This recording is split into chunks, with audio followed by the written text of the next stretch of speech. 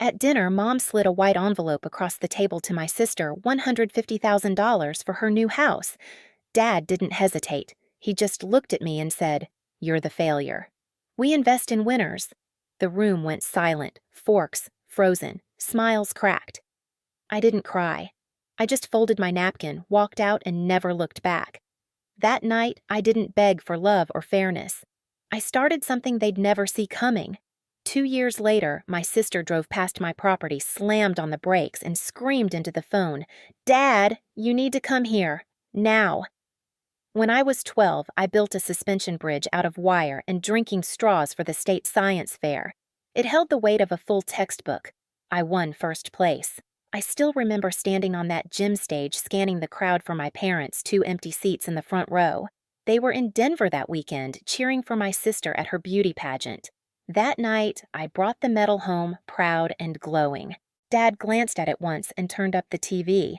"Strange girl," he muttered. "What kind of daughter plays with machines?" Mom didn't answer. She just stroked Jessica's hair while my sister showed off her Little Miss Sunshine trophy under the living room lights. That moment stuck like a splinter. It wasn't the words, it was the quiet after them. The quiet where love should have been.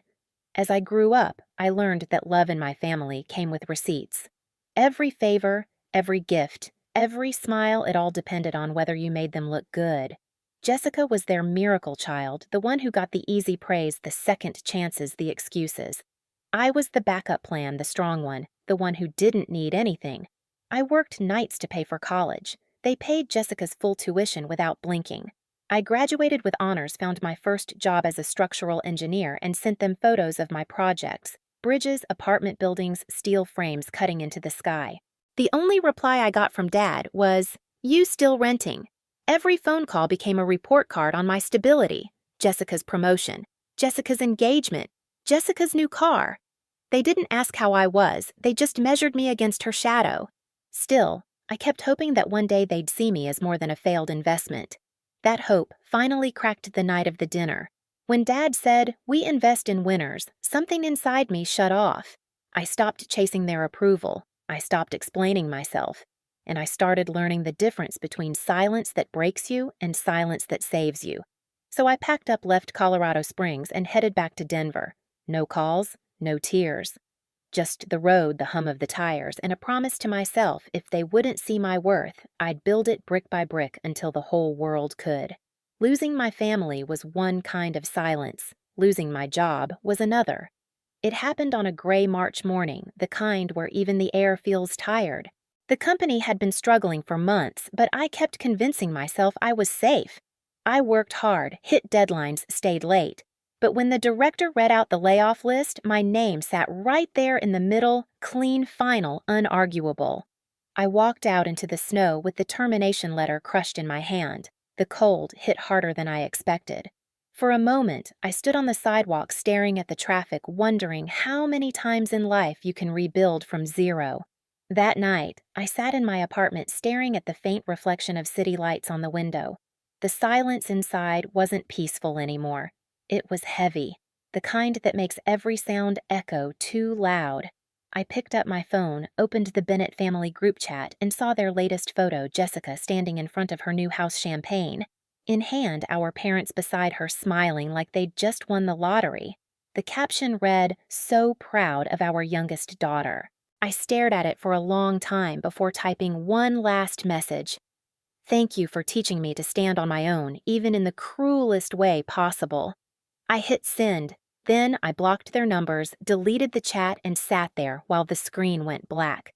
For the first time, there was no audience, no expectations, just me.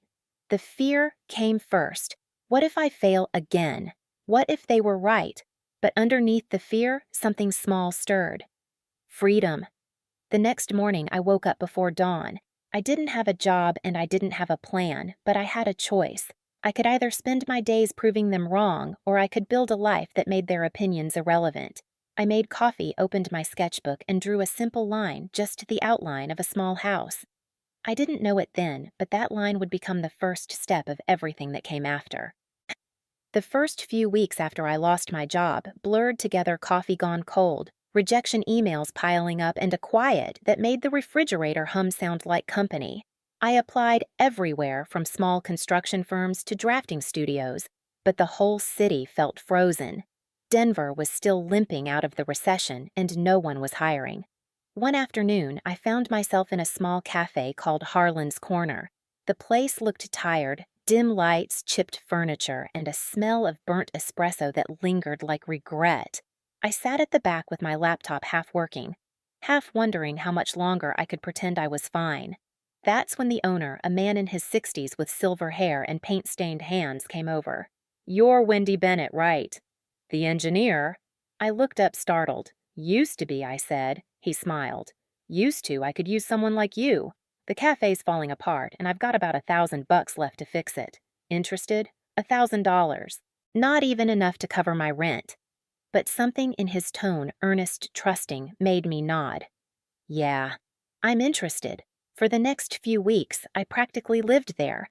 I repainted walls, rearranged furniture, rewired light fixtures, and designed a new layout that made the tiny cafe feel twice its size. I used reclaimed wood for the counter, hung a few pendant lights, and covered one wall with mirrors to pull in more light. When it was finished, Harlan stood in the middle of the room, eyes glistening. "It feels alive again," he said softly. "You've got magic in your hands, kid." A week later, a local magazine ran a small feature titled, "A Forgotten Cafe Brought Back to Life by Local Engineer." It had one photo me standing behind the counter paint on my jeans, a tired but proud smile on my face. The next morning, my inbox exploded. People were asking if I could help redesign their small businesses' old shops, even homes. I didn't have a company, just a sketchbook and a few tools, but I said yes. One of those jobs took me to Golden, a quiet town west of Denver, to renovate an old brick house for a retired veteran. The moment I arrived, I met the man inspecting the foundation, a tall, broad-shouldered engineer named Ethan Walker. His sleeves were rolled-up arms dusted with cement eyes, calm and gray like early winter. "You're the designer?" he asked. I nodded. "And you're the one making sure it doesn't collapse." He chuckled. "Then we'll get along fine." We did more than that. Ethan was steady, deliberate, patient, the kind of man who made silence feel safe. We worked side by side for weeks, measuring beams, debating layouts, sketching on scraps of paper. Sometimes we didn't talk for hours, just worked in quiet rhythm. One day, while I was crouched on the floor, redrawing a design, he handed me a water bottle. "You forget the world when you work," he said. I smiled without looking up. "That's the point." He hesitated, then said, "You look at a house like it has a soul." I laughed softly, but later that night, lying in bed, those words echoed in my head. When the project ended, Ethan invited me to dinner at a small restaurant near Sloan's Lake. Over warm bread and red wine, we talked not just about buildings, but about fear, failure, and the strange peace of starting over. I told him about losing my job, about walking away from my family. He didn't pity me. He just said, "You don't need their approval, Wendy. You already built something they can't touch." It was the first time in years someone saw me not the version my family dismissed, but the woman I'd fought to become. A few weeks later, he called out of nowhere. "I have a crazy idea," he said. "You ever thought about designing a home that generates its own energy? A sustainable model, small, simple, self-sufficient." I froze. That was the dream I'd buried long ago, the one Dad had called too risky. "Yeah," I said. "I have." "Then maybe it's time," he replied. We called it the Eco Home Project. Months later, we found a small plot of land in Oregon, 5 acres overlooking the ocean. The owner, George, was an older man with kind eyes and a quiet sadness. "I planned to build a home here once," he said, "but my wife passed before I could." When I told him our plan, he nodded slowly. "$75,000, he said. "I'm lowering the price. You two will make it something worth living in." Ethan covered the rest of the cost I couldn't afford. "No strings," he said, "just partnership."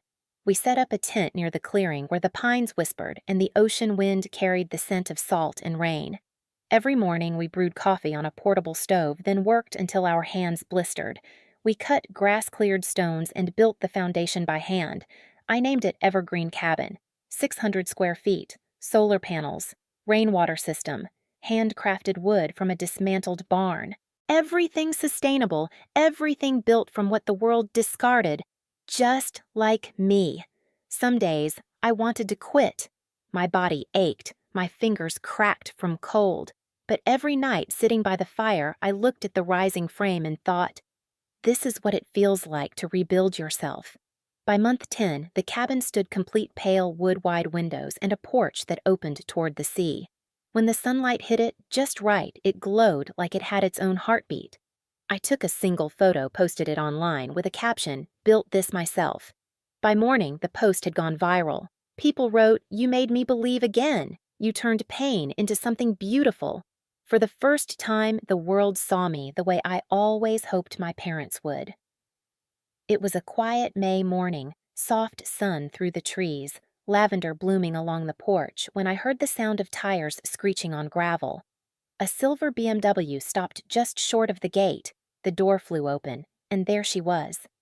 Jessica, 2 years older, perfectly styled, but trembling.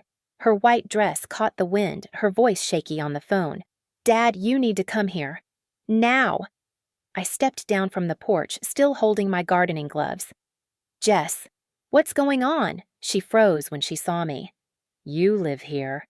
Her eyes swept across the cabin, the solar panels, the wildflowers, the forest behind me. "They said you lost everything, that you ran off." I smiled faintly. Guess they were wrong. For a moment, her confidence slipped. "You built this yourself with help," I said. "People who believed in the person your parents called a failure." She swallowed hard. "I didn't know." "I didn't." Her voice cracked. "After my divorce, I moved back home. They still pay for everything. Mom says, 'Don't be reckless like your sister.' And I listen." The wind picked up, brushing her hair across her face. She looked so small then, like the girl I used to protect from our parents' arguments. I didn't feel angry anymore, just sad. We were both raised in the same house, taught opposite lessons. I was told to survive without love. She was told to depend on it completely. She ran her fingers over the cabin wall. "You have everything," she whispered. "And I don't even know who I am anymore." I looked at her gently. "Then stop living for them, Jess. Start living for you." She gave a shaky laugh. Easier said than done. We stood in silence until she finally murmured, "They're on their way." When the SUV appeared minutes later, I already knew how it would play out. My father stepped out first, his face-flushed veins showing at his neck. Mom followed trembling behind him. "Where did you get the money for this?" Dad demanded. "You expect me to believe you built all this alone?" I set down my gloves, wiped my hands on my jeans, and met his eyes. "From the day you called me a failure," I said evenly, "I started collecting something you could never take: my work, my grit, my peace." He blinked, confused. "Every insult you threw at me, every time you compared me to her, that was capital. And this," I gestured at the cabin behind me, "is what I built with it." Mom's voice trembled. "We only wanted what's best for you." I laughed softly, not cruelly. "No, you wanted what made you look best." Dad's jaw tightened. He stepped closer, scanning the walls like he was searching for a flaw. "You did this to humiliate us." "No," I said quietly. "I did it to survive you." The air grew thick. The only sound was the ocean in the distance. Ethan stepped out of the cabin, then calm as always, wiping his hands with a rag. He nodded politely to my parents before standing beside me, steady, wordless support. For the first time, I saw a flicker of something in my father's eyes, not anger, not pride, shame. "Did you do all this for revenge?" he asked finally. I shook my head. "Revenge would mean I still care what you think." "I don't." The wind rustled through the pines, carrying the lavender scent between us.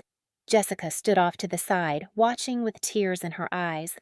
Dad's shoulders dropped. His voice was hoarse when he said, "We were wrong." Mom began to cry quietly into her hands. I didn't move closer. I didn't need to. "I don't need to forgive you to be free," I said softly. "I already am." They left soon after. The SUV disappeared down the gravel road and the forest grew still again. I stood on the porch, heart pounding not from anger, but from release. Ethan draped his arm around me. "You okay?"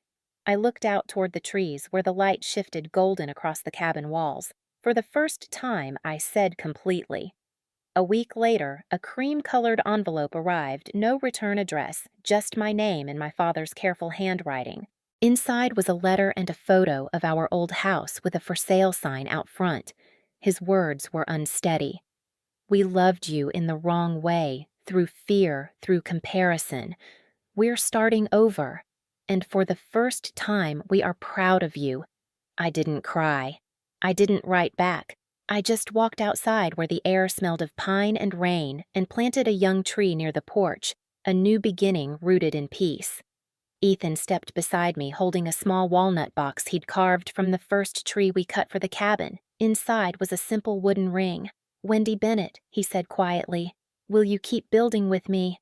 I laughed through tears. "Only if we draw the blueprint together." That evening, as the sun slipped behind the forest, I wrote one final line in my journal. They gave her $150,000. They gave me silence. But silence became my foundation. The wind moved through the trees like a promise.